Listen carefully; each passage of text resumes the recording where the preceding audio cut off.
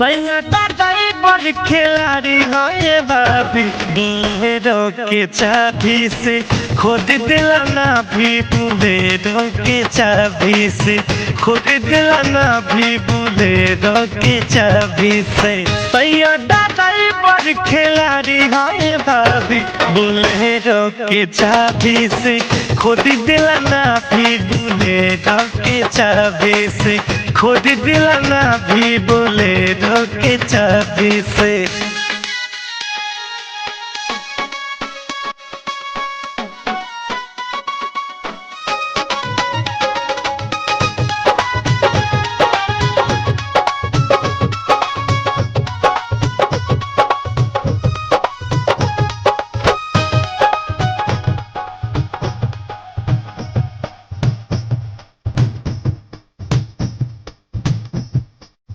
का कहीं पियावा के अजबे बाकी सा चोली से साफ कर गाड़ी के शीशा।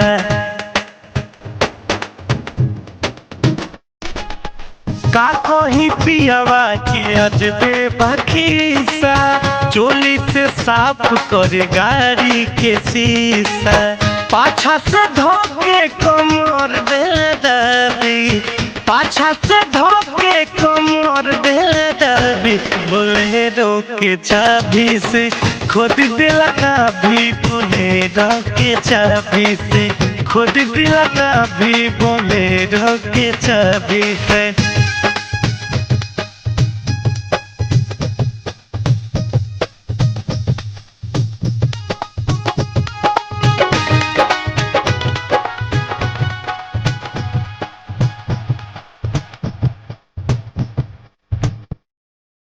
नया नया रोजी को बुद्धि लगावे बोनट पर बैठी हारन दबावे।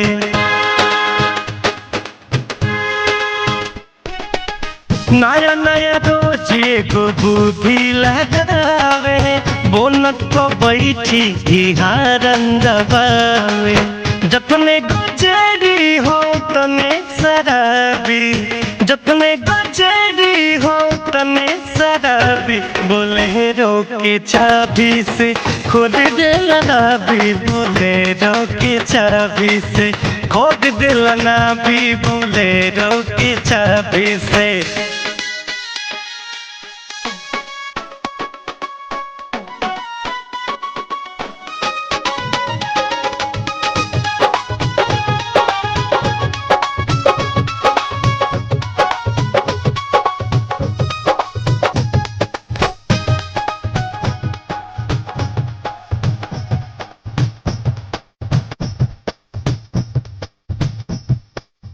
मुन्ना मोहित के मुँह पर गई पला बात समझवला पकड़ेला हाला।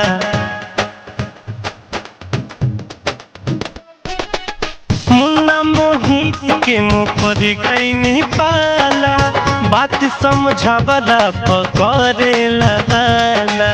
राजा रितेश में बड़ी है खराबी राजा रितेश में बड़ी है खराबी।